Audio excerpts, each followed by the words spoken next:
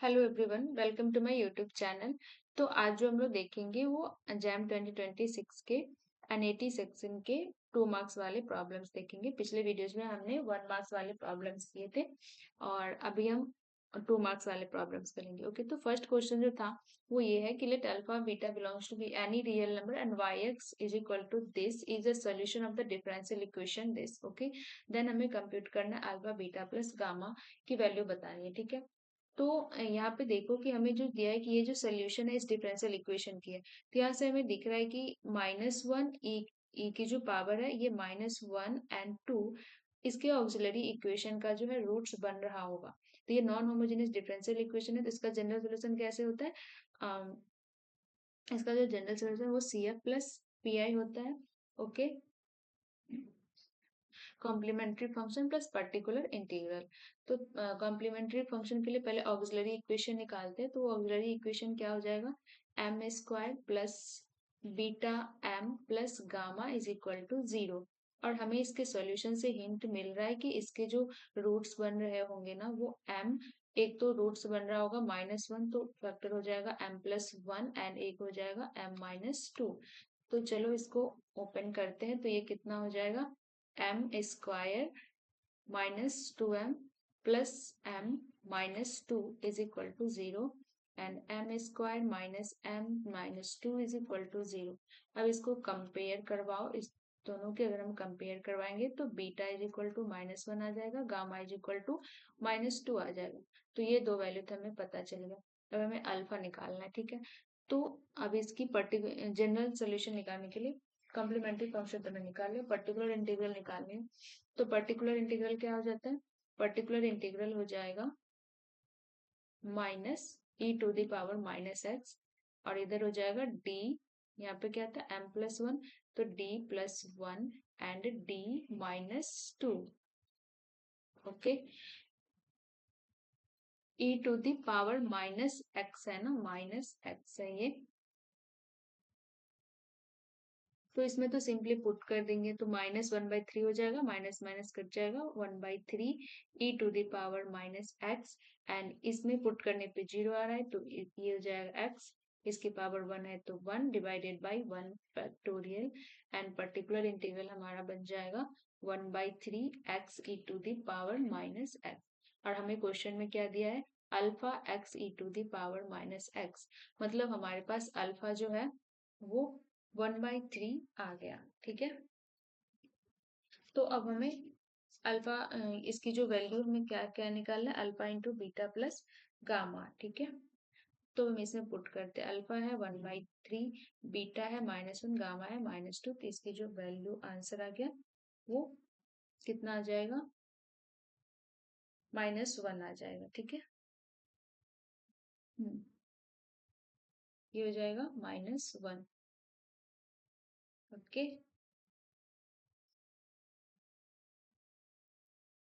चलो तो अब नेक्स्ट क्वेश्चन करते हैं। नेक्स्ट क्वेश्चन जो था वो ये है, the double integral of the f(x,y) equal to x over the triangular region with vertices at इतना इतना इतना पे है। तो इसका, तो सबसे पहले हम क्या करते हैं, जो रीजन पहले हम ड्रॉ करते हैं, उसके बाद उस रीजन पे इंटीग्रल बनाएंगे। तो जो ट्रायंगल है उसके वर्टिसेस ये, तो चलो इसको ABC नाम दे देते हैं। ठीक है, तो सबके सारे लाइन की इक्वेशन बना लेते हैं। Equation of the line BC, BC का क्या हो जाएगा? B एंड C, ये ऐसे ही सिंपल हो जाएगा, इसको इतना नहीं करना है।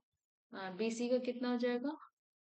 B कोऑर्डिनेट क्या है? 1,2 कहीं इधर बन रहा होगा, अगर मैं इसको 1 मानू तो, एंड C कितना है? 1,-1, तो यही 1 एंड -1 इधर कहीं होगा।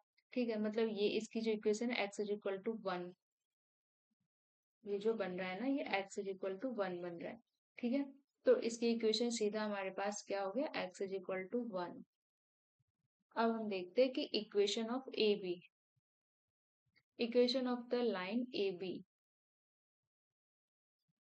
ये कितना हो जाएगा?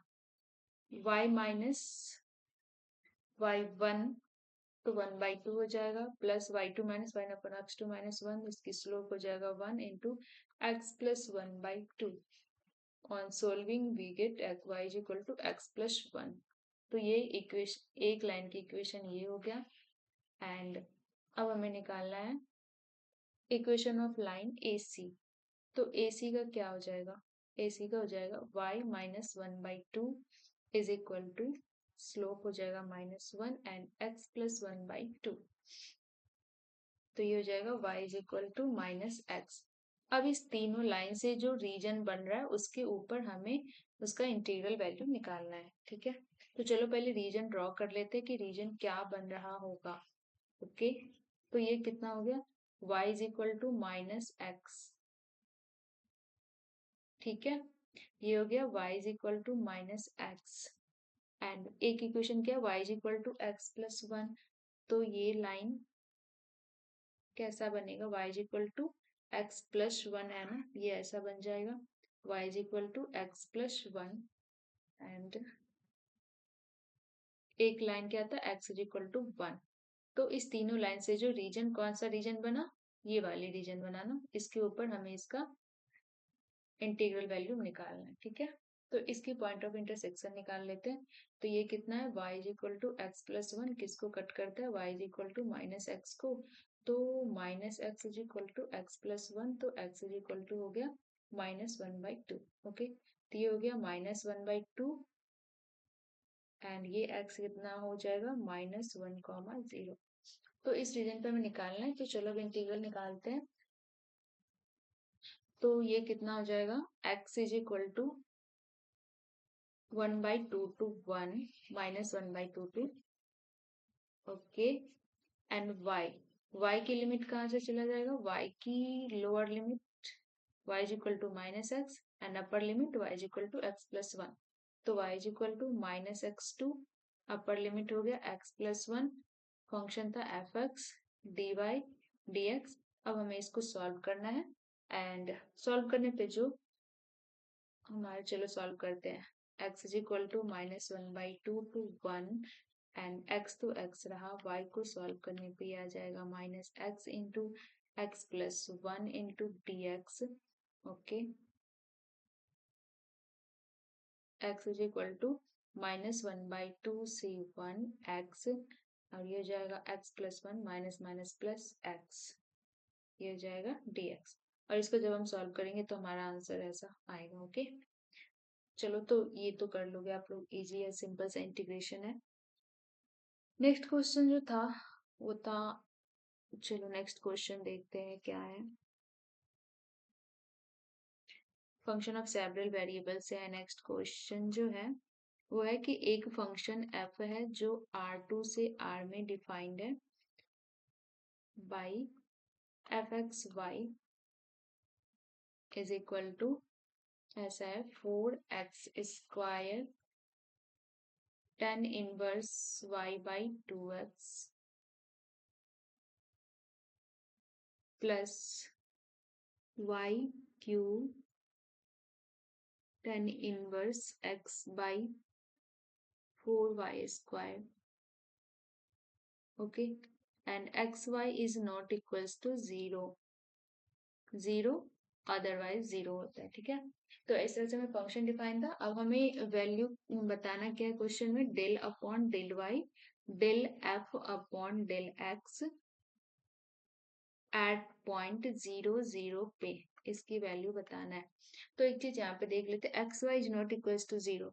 इसका क्या मतलब हुआ कि कभी एक्स भी 0 नहीं होगा, वाई भी कभी 0 नहीं होगा। ओके, मतलब ये किसके लिए डिफाइंड है, और एक्स वाई 0 का ये पूरी की पूरी एक्स वाई लाइन जो है ना एक्सिस का, वो रिमूव कर दिया गया है, क्योंकि इस पे y इज इक्वल टू 0 होता है तो वो 0 हो जाएगा, तो ये नहीं होगा। तो इसलिए तो इसके डोमेन में जो है ये एक्स एक्सिस और वाई एक्सिस को हटा दिया गया, बाकी इधर वाले पॉइंट्स है सारे। ओके, इसके लिए फंक्शन ऐसे डिफाइंड है। चलो क्वेश्चन क्वेश्चन देखते हैं कि del upon del y and del f upon del x कैसे कंप्यूट करें। तो ये कितना हो जाएगा, सॉल्यूशन, तो ये हो जाएगा लिमिट क्या है y, तो k टेंडिंग टू 0, यहाँ पे del f upon del x, तो एफ एक्स फंक्शन पे लगा रहे हैं f x 0 k minus f x 0 0 divided by k। अब हमें एफ एक्स जीरो कॉमा के को निकालना पड़ेगा कि क्या होगा। तो इसको निकालते हैं, zero comma k is equal to, तो ये क्या है, del f upon del x है, तो h tending to zero.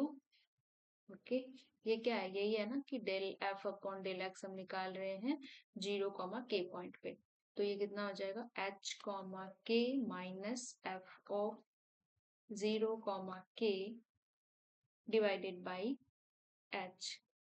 Okay, तो अब जो मेरा फंक्शन डिफाइंड है वो एफ एच कॉमा के, तो नॉट इक्वल टू जीरो के लिए जो फंक्शन है वो 4h² tan इनवर्स के डिवाइडेड बाई 2h प्लस के क्यूब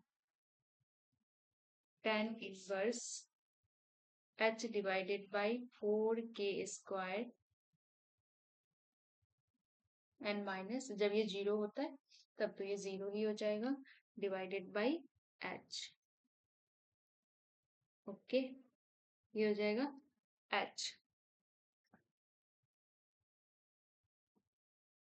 तो ये तो हमारे पास देखते हैं, ये वाली टर्म्स तो जीरो को चला जाएगा। चलो इसको कर ही लेते हैं, ये कितना हो जाएगा, जीरो हो जाएगा जब इसके नीचे, मतलब कि, और ये कितना हो जाएगा, एक्स क्यूब, नहीं सॉरी, के cube tan inverse h divided by 4k² divided by h, है ना, यही h को ना सेपरेट कर लिया, ठीक है।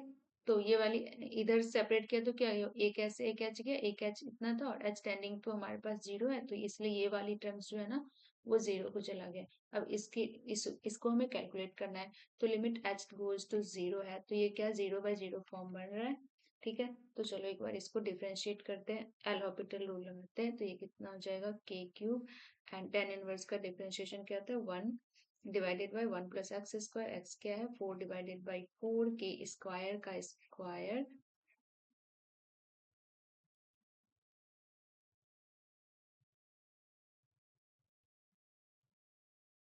स्क्वायर स्क्वायर एंड इसका हो जाएगा, एच का तो 1 हो गया, 4k², ठीक है।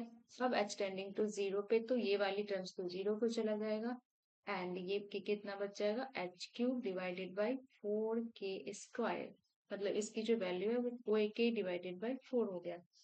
तो अब एफ एक्स जीरो भी तो हमें चाहिए, तो एफ एक्स जीरो जीरो निकालते हैं, तो ये कितना हो जाएगा, limit h goes to zero f of h comma zero minus f of zero zero divided by h, और इसके लिए फंक्शन जीरो डिफाइंड है ना, कोई भी एक जीरो जैसे होगा तो क्या है, x y not equal to zero, एक भी जीरो हो गया तो एक्स वाई जीरो हो गया, तो अदरवाइज ये वाली फंक्शन यहाँ पे डिफाइंड होगा। तो ये कितना हो जाएगा, zero minus zero divided by h, then ये हो जाएगा जीरो, ठीक है।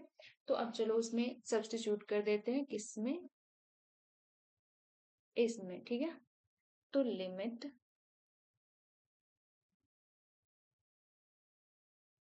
ठीक है ना, तो ये कितना हो जाएगा, limit k goes to zero f x zero comma k कितना आया है, 4/k, के 4/k आया है ना, k/4 आया, ठीक है, k/4 minus f x zero पे जीरो डिवाइडेड बाई के, तो इसकी वैल्यू कितना हो गया, 1/4, मतलब 0.25 हमारे आंसर हो गए।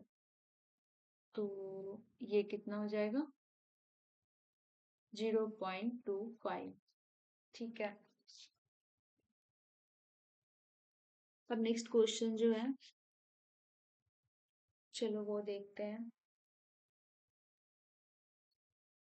Volume of the tetrahedron.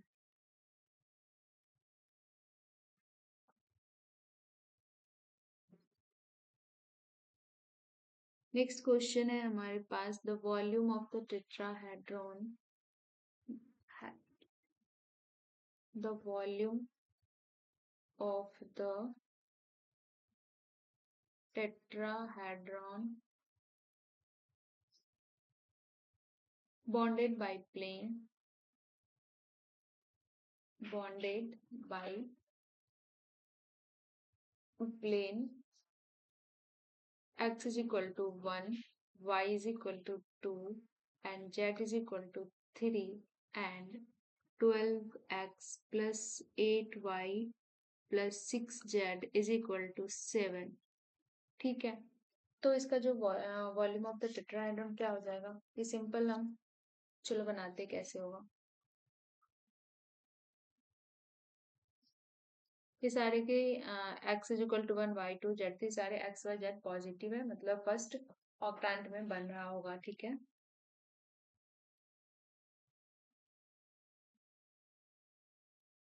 तो चलो, तो इसका इंटीग्रल कितना हो जाएगा? z इज इक्वल टू 3 इधर ये कितना हो जाएगा? 7 minus 12 minus 8y divided by 6, okay, dz। And अब z हो गया 0, तो अब ये कितना हो जाएगा? y गिवन है 2, y 2 से z तो 0 हो गया, y कितना हो जाएगा? 7 minus 12x divided by 8, 12x divided by 8 हो गया। ठीक है, and x is equal to हमारे पास कितना हो जाएगा? x इज इक्वल टू हो जाएगा 1 से लेकर 3। ठीक है, ये 70 है हमारे क्वेश्चन में, ये 70 है। ओके, तो ये हो जाएगा 70 माइनस 12 एक्स हो जाएगा ना यहाँ पे 12x minus 8y divided by 6, फिर ये हो जाएगा 70 minus 12x divided by y निकाल लेते हैं हम लोग, तो हो जाएगा 8 and x is equal to हो जाएगा फिर 1 से लेकर एंड ये हो गया 0, तो x इज इक्वल टू ये कितना हो जाएगा? 3।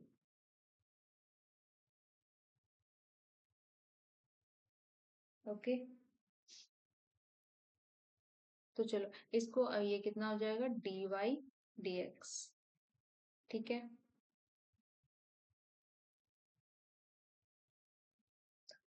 अब इसको ये तो बहुत ही सिंपल सा इंटीग्रेशन है, पहले z के फॉर्म में करना है, फिर हमें y के रिस्पेक्ट में, फिर x के रिस्पेक्ट में, और इसको सॉल्व करके जो हमारे पास आंसर आएगा वो 4 आ जाएगा। ठीक है, तो ये आप कर लेना।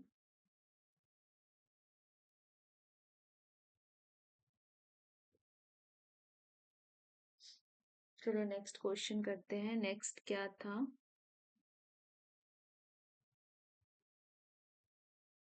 नेक्स्ट प्रॉब्लम जो है वो सिस्टम ऑफ लीनियर इक्वेशन से इजी सा प्रॉब्लम है, उसको करते हैं हम लोग। लेट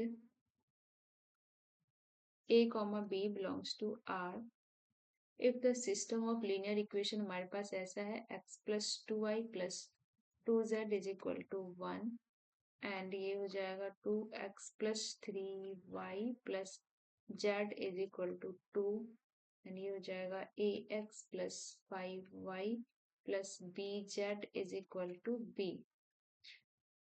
ठीक है, और इसके पास हैज इनफाइनाइटली मेनी सॉल्यूशंस है, तो a plus b is equal to क्या होगा? ये हमें फाइंड आउट करना था।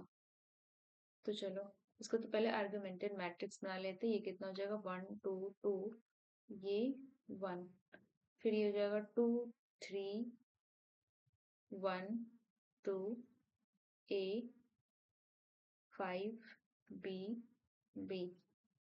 ठीक है,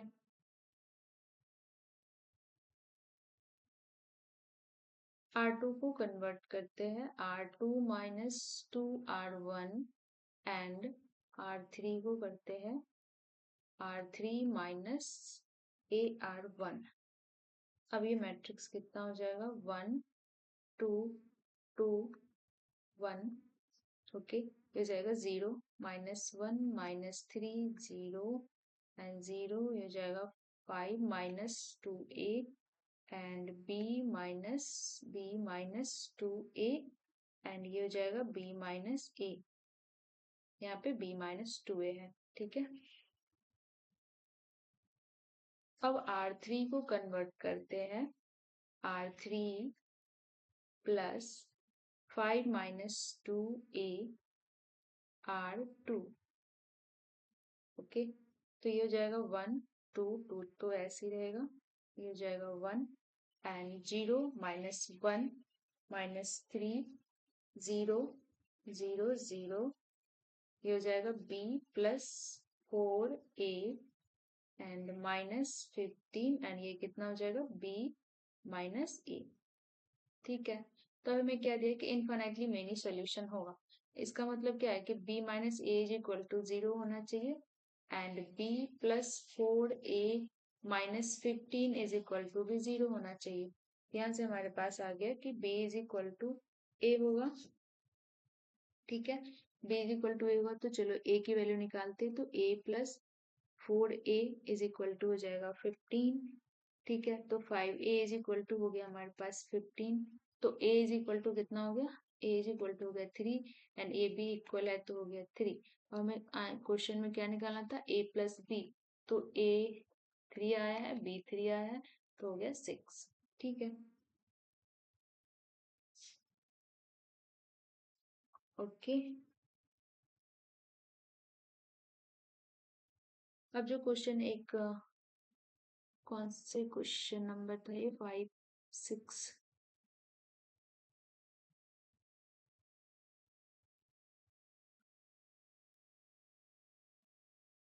अब ये ऐसा ही क्वेश्चन था, इसको कंप्यूट करना था। 5 इतना प्लस 6 1 प्लस 8 3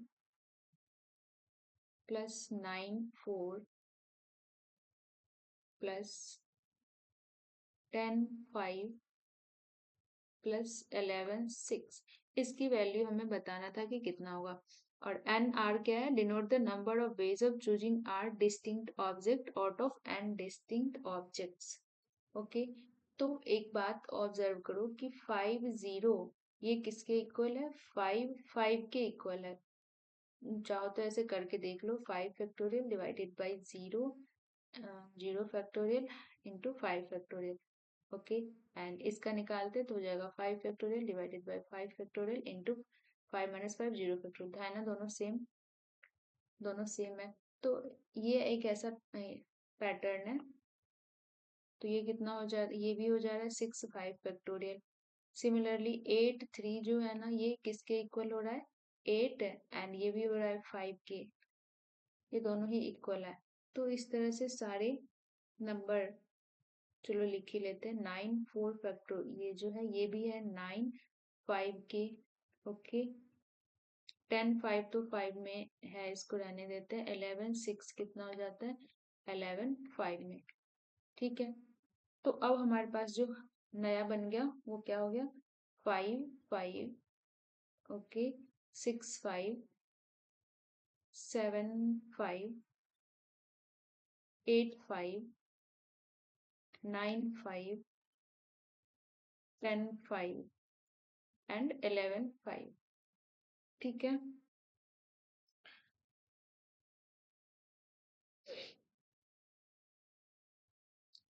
ठीक है, और ये क्या है, एडिशन साइन के साथ है ना, plus plus plus plus and plus and plus.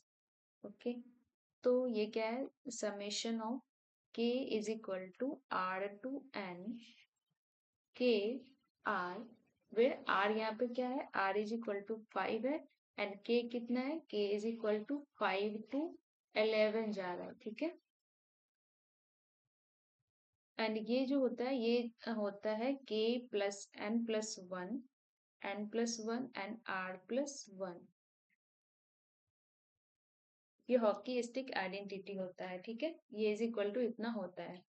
तो यहाँ हमारे पास ये, तो ये जो गिवन है ये एक्सप्रेशन क्या हो जाएगा, ये हो जाएगा summation of k is equal to k 5 से है, n is equal to n कहाँ तक गया है, 11 तक, k 5, तो ये कितना हो जाएगा, n प्लस 1 हो जाएगा 12, r प्लस 1 हो जाएगा 6। तो इसको जब हम कैलकुलेट करेंगे तो हो जाएगा 12 factorial divided by 6 factorial into 6 factorial, and ये हमारे पास आ जाएगा 9 11 10 9 8 7 एंड 6 फैक्टोरियल। तो 6 से एक 6 तो गया और ये हो जाएगा 6 फैक्टोरियल इंटू 6 फैक्टोरियल। तो ये गया और इसको जब हम कैलकुलेट करेंगे तो आंसर आ जाएगा 924। ओके, तो ये हो जाएगा 924। ठीक है, आई होप क्लियर हो रहा हो।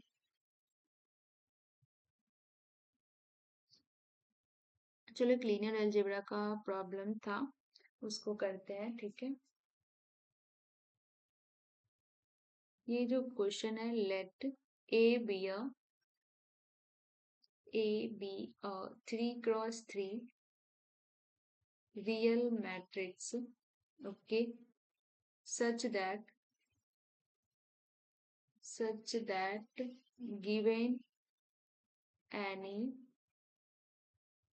कॉलम वेक्टर, कोई भी कॉलम वेक्टर है x जो बिलोंग कर रहा है आर क्यू में, the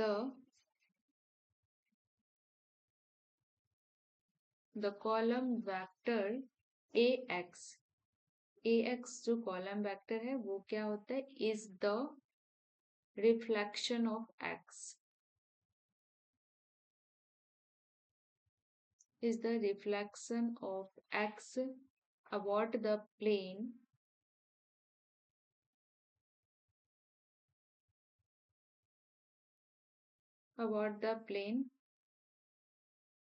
a comma b comma minus a minus b, where a b belongs to real number,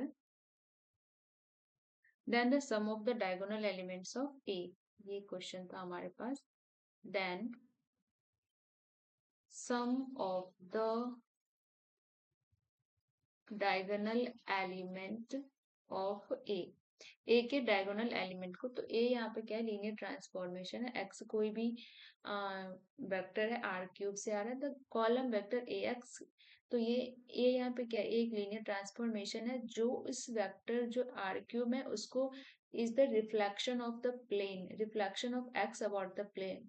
ये x को जो मतलब ये ट्रांसफॉर्मेशन है, इसमें जब x की वैल्यू को पुट करते हैं तो ये इसको रिफ्लेक्ट करता है अबाउट द इस प्लेन के अबाउट, ये इसको रिफ्लेक्ट करता है। तो सबसे पहले हम ये लीनियर ट्रांसफॉर्मेशन होगा कि कैसे डिफाइंड होगा ये देखते हैं। ठीक है, तो यहाँ पे हमारे पास जो क्या है, एक एक्स वाई जेड, तो x हमारे पास यहाँ पे a है एंड y इज इक्वल टू हमारे पास b है and z is equal to है माइनस एक्स माइनस बी।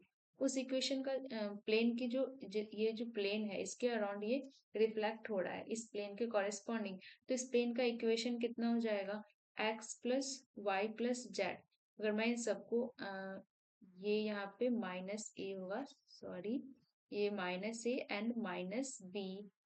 ठीक है, जेड पे तो यहाँ है ना एक्स, और ये कैसे हो जाएगा, वैसे ये भी सही था क्योंकि x is equal to a है, y is equal to b है, तो सेम ही तो है दोनों। ठीक है, तो यहाँ पे जब ये देखने के लिए प्रॉब्लम ना हो इसलिए मैंने ए बी से ही रिप्लेस किया। ठीक है, तो ये x plus y plus z is equal to zero हो रहा है, x plus y plus z plus zero है ना, ए माइनस बी जीरो हो रहा है, तो ये हमारे पास प्लेन का इक्वेशन मिल गया। ठीक है, अब प्लेन पे जो नॉर्मल वेक्टर कैसे होता है, प्लेन पे नॉर्मल वेक्टर क्या हो जाएगा, वन, इसके कोफिशिएंट वन वन वन, ये तो होता है प्लेन के इसके कोफिशिएंट, और उसके यूनिट वेक्टर कर देते हैं तो 1/√3। ठीक है, ये हो गया normal vector to the plane, normal vector to the plane. ठीक है,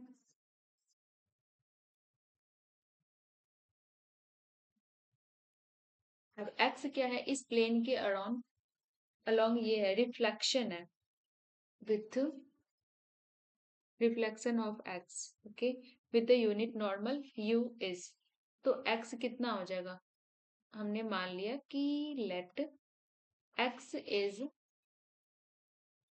any vector x is any vector, x कोई वेक्टर है जो आर क्यू में जो हमें दिया है क्वेश्चन में, वो रिफ्लेक्शन है across the plane with the unit normal u के कॉरेस्पॉन्डिंग, तो वो वेक्टर क्या हो जाता है, तो ये हो जाता है x माइनस टू टाइम्स उसके यूनिट वेक्टर के साथ dot product into you vector, ये हमें ध्यान में रखना है, ठीक है, रिफ्लेक्शन अबाउट द प्लेन के लिए।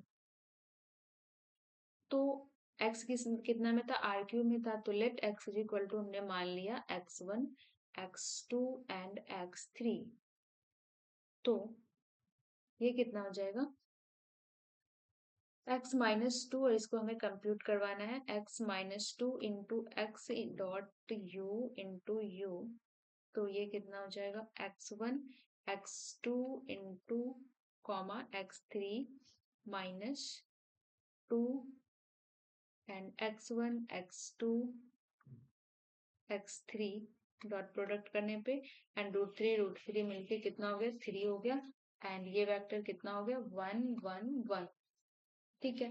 तो ये हमारे पास लीनियर ट्रांसफॉर्मेशन मिल गया, मतलब ए जो है, ए जो लीनियर ट्रांसफॉर्मेशन है वो इस टाइप के वेक्टर्स को आरक्यू में लेता है, तो ये ऐसा दे रहा है, ये है लीनियर ट्रांसफॉर्मेशन, इस एक्स को लेगा और ये इस तरह के वेक्टर में सेंड कर रहा है, ठीक है। तो अब इसका मैट्रिक्स रिप्रेजेंटेशन हम फाइंड आउट कर सकते हैं क्योंकि हमारे पास ये लीनियर ट्रांसफॉर्मेशन हमें पता है, तो चलो पुट करते हैं, इसका बेसिस एलिमेंट फर्स्ट क्या लेते हैं 1 0 0, तो ये कितना हो जाएगा 1 0 0 माइनस टू टाइम्स ए, ये तो हो जाएगा 1 डिवाइडेड बाई 3 1 1 1, ओके, तो ये कितना हो जाएगा 1 by 3 comma minus 2 by 3 comma minus 2 by 3, ठीक है। अब ये कितना हो जाएगा a 0 1 0, तो ये हो जाएगा 0 1 0 माइनस, ये भी हो जाएगा 2 बाई 3 1 ही रहेगा, एंड ये कितना हो जाएगा 1 1 1, ठीक है। तो ये कितना हो जाएगा, ये हो जाएगा माइनस 2 बाई 3 एंड ये हो जाएगा 1 बाई 3 एंड ये हो जाएगा माइनस 2 बाई 3, ठीक है। अब नेक्स्ट कितना हो जाएगा 0 0 1, ये हो जाएगा 0 0 1 माइनस 2 बाई 3, ये तो 1 ही होगा, फिर ये 1 1 1 एंड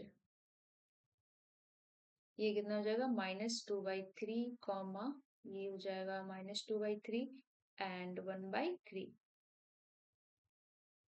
माइनस यहाँ पे भी माइनस होगा, तब इसका मैट्रिक्स रिप्रेजेंटेशन हमें मिल गया, ये जो मैट्रिक्स ए है या फिर ट्रांसफॉर्मेशन बोल दो, तो ये कितना हो जाएगा 1 by 3, okay, minus 2 by 3 minus 2 by 3 है, माइनस 2 बाई 3 माइनस 2 बाई 3 है, एंड ये है minus 2 by 3 1 by 3 and minus 2 by 3, ये हो गया minus 2 by 3 minus 2 by 3 and ये है 1 बाई 3, तब इसके डायगोनल एंट्रीज का सम हमें पूछा है क्वेश्चन में, इसके डायगोनल एंट्रीज क्या क्या है 1 by 3 plus 1 by 3 plus 1 by 3, तो ये कितना हो गया 1, तो इसका जो आंसर है वो 1 हो जाएगा, ठीक है।